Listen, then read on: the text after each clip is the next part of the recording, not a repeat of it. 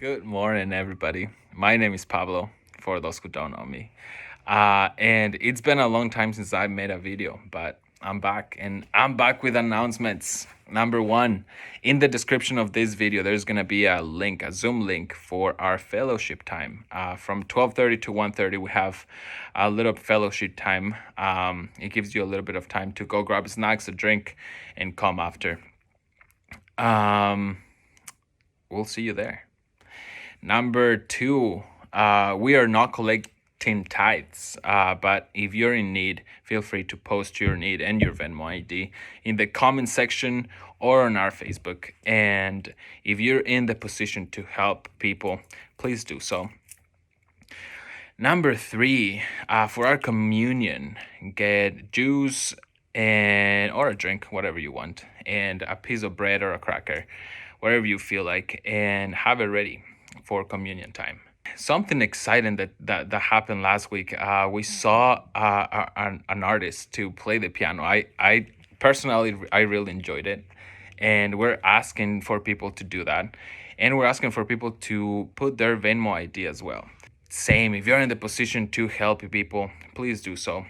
We are asking you guys if you want to have some kind of kid service virtually at the same time that we have the service, but we're kind of like brainstorming what that will look like, what we'll want to do, and if you guys are interested. So if you're interested, comment below. If you have ideas, go for it and tell us. And that's it for me. Hope you enjoy it. Have a good week. Bye. Good morning.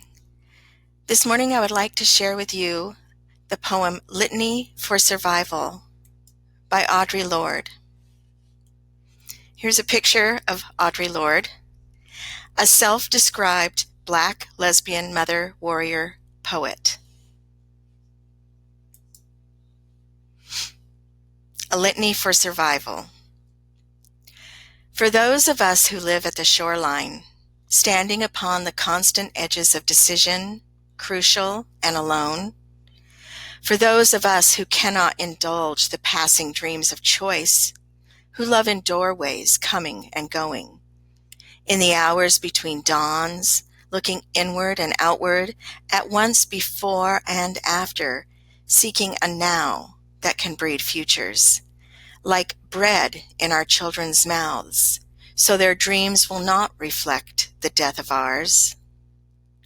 For those of us who were imprinted with fear, like a faint line in the center of our foreheads, learning to be afraid with our mother's milk, for by this weapon, this illusion of some safety to be found, the heavy-footed hoped to silence us.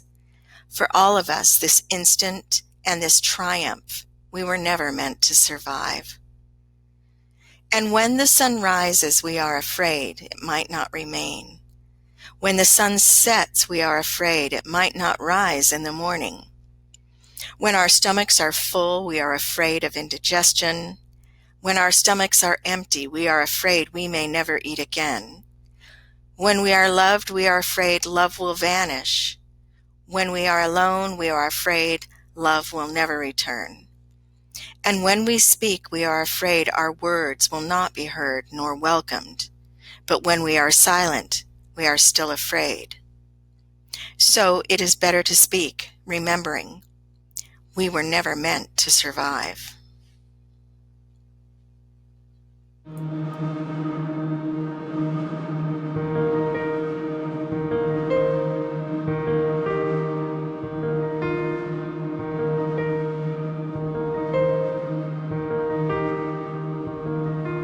Even inside these rainbow walls, I can still feel it all.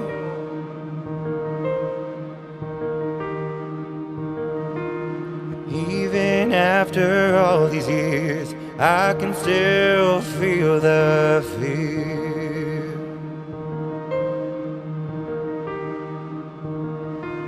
If his love flows so endlessly, why wouldn't it get to me?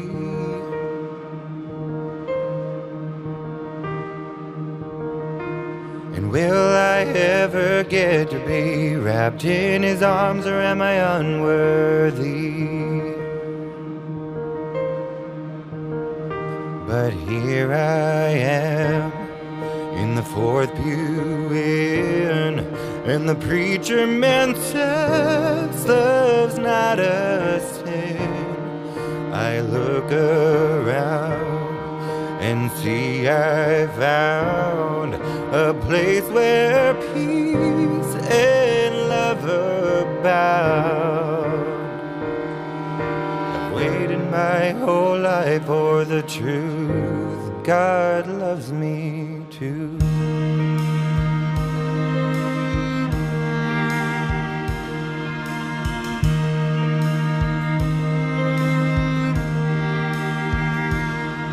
There's a church somewhere that doesn't know the kind of love that I speak of.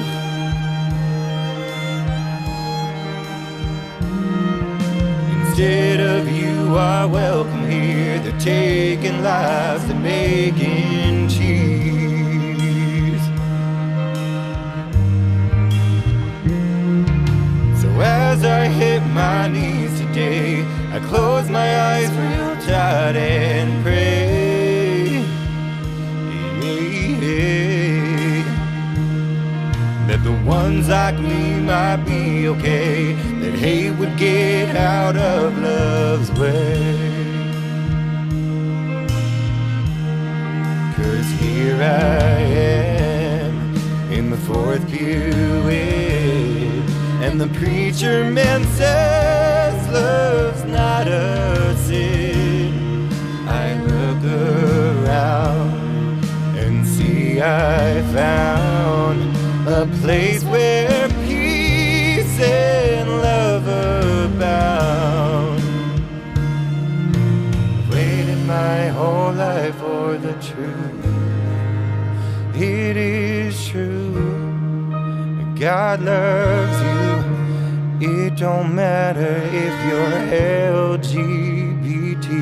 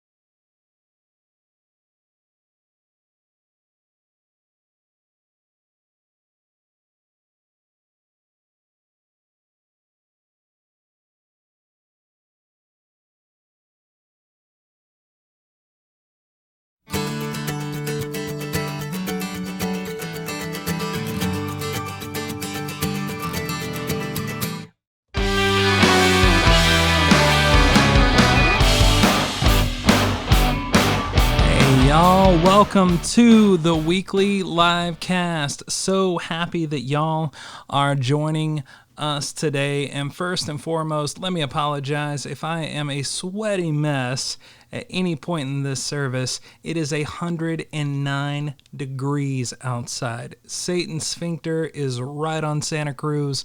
It is a warm one today, but welcome to the live cast. And as always, let me set the tone for the weekly worship service by saying that this is a service that's a sacred digital space that stands with those on the margins, and also a space that affirms and celebrates every sexual and gender identity.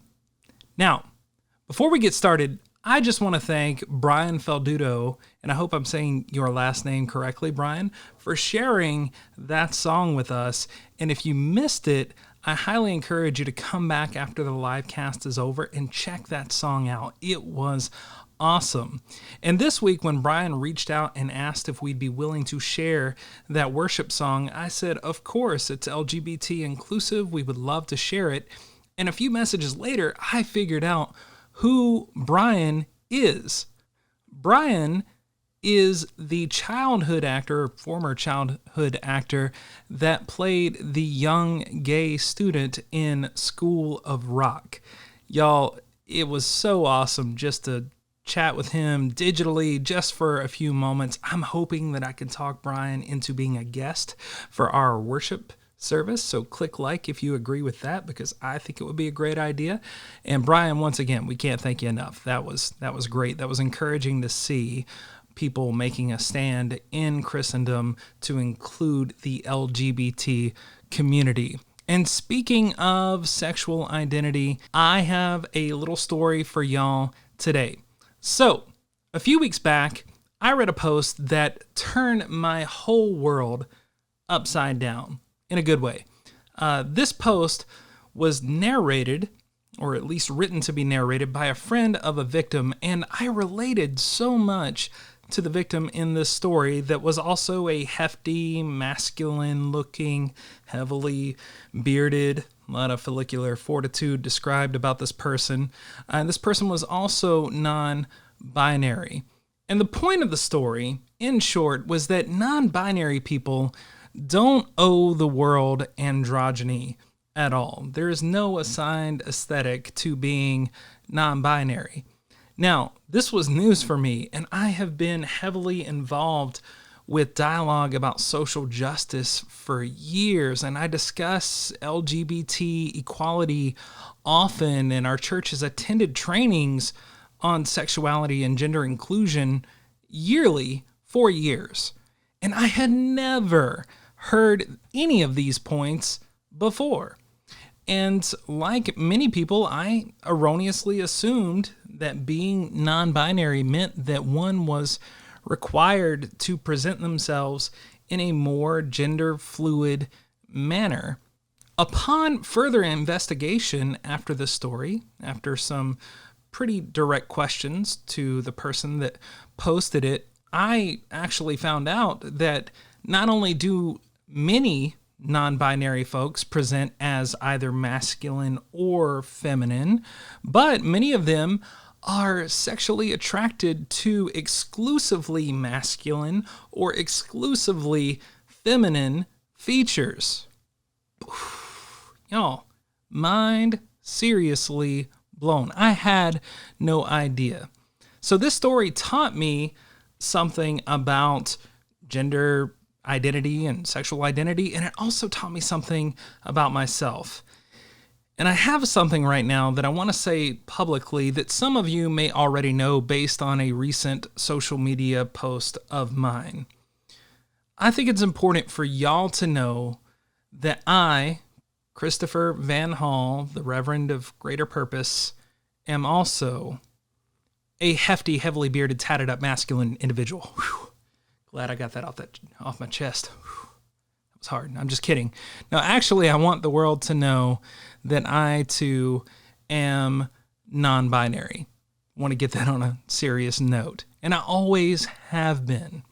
After reading this story, I realized that I related so much to the person in the story because the person, in a way, was me. Looking back, I certainly never felt as a child that I fit within the confines of the binary construct. And growing up, most of my friends were women. As a matter of fact, one of my 3 best friends is a woman. And most of my friends that identified as boys were not the definition of what most people considered to be exemplars of masculinity or manhood. They were the artsy, creative, deep thinking type. They were designers and things like that. And though I've always preferred a more masculine aesthetic and presentation, I've never personally had any issue with certain things that were forbidden clothing choices in my conservative culture that I grew up in. I'll give you an example. I used to wear, and I don't know if these are still a thing or not, but I used to wear toe rings. Not on every toe, but 1 for each foot maybe, or maybe 2 on 1 foot. And they weren't very colorful. They were leather or wood or brass, but I wore them all through high school because I thought they looked good. And I thought it kind of went with my look because I was always in flip-flops. I had like long curly hair, and my overall appearance was some kind of weird mixture between a hippie and a hobbit. And it might be kind of hard to picture now because I got this Gimli thing going on from Lord of the Rings. And it's led me to believe that I'm no longer aging, y'all. I just level up. Like, I started out as a hobbit. I'm in the dwarf stage now. I'm hoping to get to wizard in a few years. Like, the Gandalf years, I think, are going to be my best years. But anyway, I wore sandals all the time, and I thought the toe rings looked cool. I wanted to show off my purty feet. And it would have been nice if everyone else agreed. People gave me so much shit for this decision. They would say things like, "Christopher, those are for girls. That's not for boys. You're a man. You need to dress like one." These are phrases that I heard quite often growing up. As a matter of fact, I got my first manicure and pedicure partially because of the toe rings. My friends dared me to. They were like, "Oh, if you wear toe rings, you'll love this." And they thought I was going to be embarrassed. And so I sat down in the pedicure chair. Best thing I have ever done. I was in that chair like, oh yeah, give me that clear coat. No, the glossy one. That shit's fire. And the moment my friend saw that I was enjoying myself, my highly conservative evangelical friends needed to have a serious dialogue with me. Apparently, I was somehow breaking God's boundaries, like thou shalt not have presentable feet was obviously the unspoken 11th commandment, and I, even though I worked at church at the time, had missed the memo. And it sounds ridiculous, or at least I hope it does, but understand, y'all, I am from the Bible Belt, all right? And back then, this was a serious infraction. I mean, one of my toe rings even had a Jesus fish on it, but that apparently was unacceptable. I mean, that's how the devil gets you with stuff like that. It can have Jesus stuff on it. The devil can still be in it. It's ridiculous. And as time went on, this didn't change about me. I was who I was, and my friends would often refer to my personality and choices like that as being metro. When that phrase began to grow in popularity in the early 2000s, and they would heckle me all the time. They would pick on me about my nose ring. When I got one, I had an eyebrow piercing for a while. That was, oh my gosh, that was a edgy thing at the time. They would even mock my dietary decisions. Like, God forbid you liked anything that was pumpkin flavored. Like any shit that was pumpkin spice. You just better buckle up. I get made fun of for it. I mean, I didn't think too much of it at the time. I'm like, whatever, you can call me Metro if you want. It's hot as fuck outside, and this PSL, iced PSL, is delicious. You know, I don't know what you guys are drinking over there. I'm nice and refreshed. You know, I have to explain myself all the time. Like, my buddy would be making fun of me because I liked cucumber melon lotion.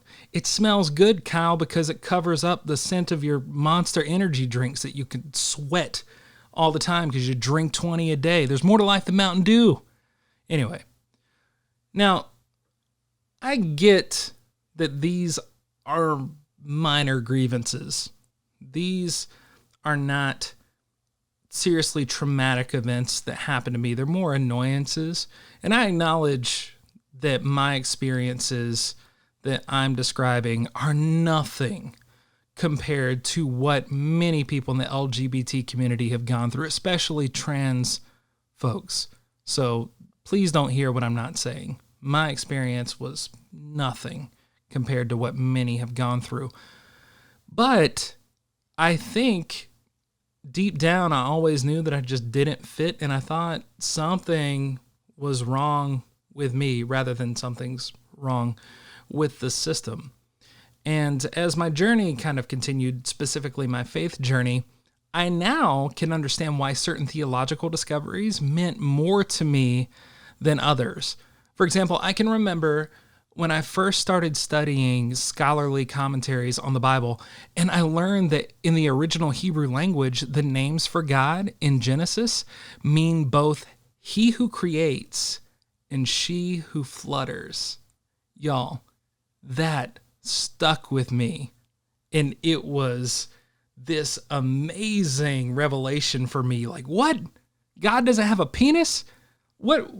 I've been singing songs about this for years. And, it turns out evangelicals were wrong again. By the way, evangelicals, y'all might want to think about relabeling this movement of yours. I mean, the Christian right seems like false advertising when you're wrong so often. I mean, it's just a suggestion. Just throwing it out there. Right? All right. Do with it what you want. Anyway, by the way, good stuff. Give a shout out to Elijah Craig today. Point is, back to the story. The God of Genesis is portrayed as simultaneously being male and female. This deity is portrayed as being simultaneously singular and plural.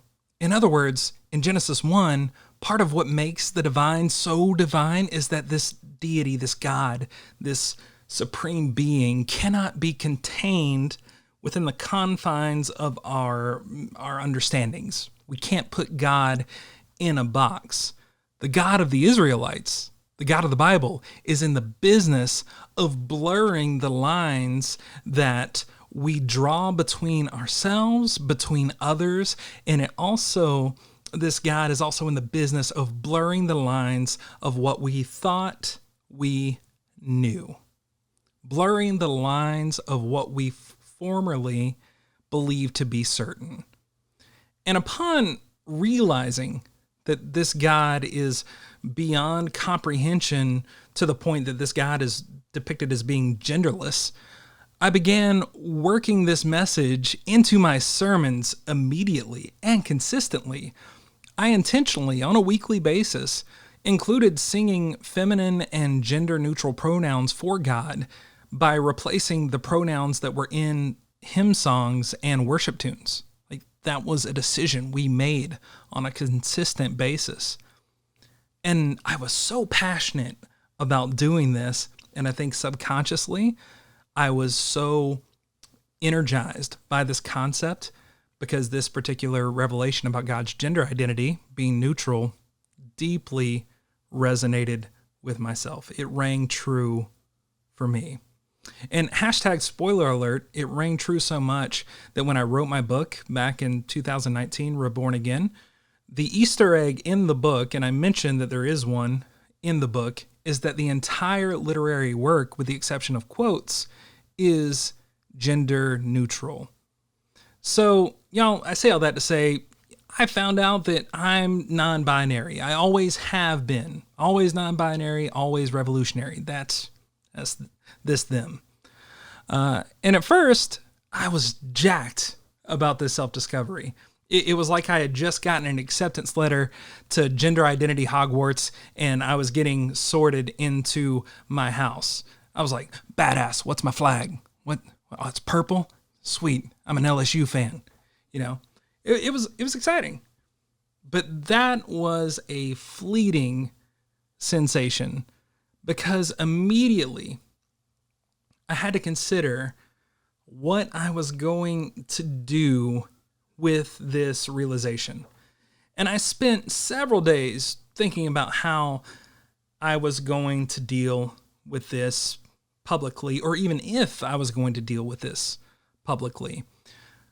Because as someone who has a tremendous amount of cis passing and overall a heavily masculine expression and presentation, I have a great deal of privilege even now, even after I've come out publicly. And I admit that. And by coming out publicly as non-binary, I know that in some way, not in a degree as impactful as it has been for other people, or as damaging potentially as it has been for other people, I am inviting a shit ton of drama into my life. And for those of you that might follow me on social media, and for those of you who read the comments, I live in that shit show, y'all. So if I'm being completely transparent right now, at first I selfishly considered keeping this knowledge to myself. I considered not telling anyone, and partially for, I think, good reason. I thought maybe I can make more of an impact as a passing cisgendered white male. But the more I thought about it, the more uncomfortable I was with this. Because with my position of influence within Christianity, for better or worse, I have a tremendous amount of responsibility. And one of those responsibilities is dismantling harmful institutional constructs left in the wake of my religion. By not wearing my identity proudly, I felt that I personally would be choosing to be complicit. How selfish would it be for me not to embrace this part of myself and join the struggle with the LGBT community? That was the question I had to ask myself. So for me, I felt I had to state this new information to the public and just be honest.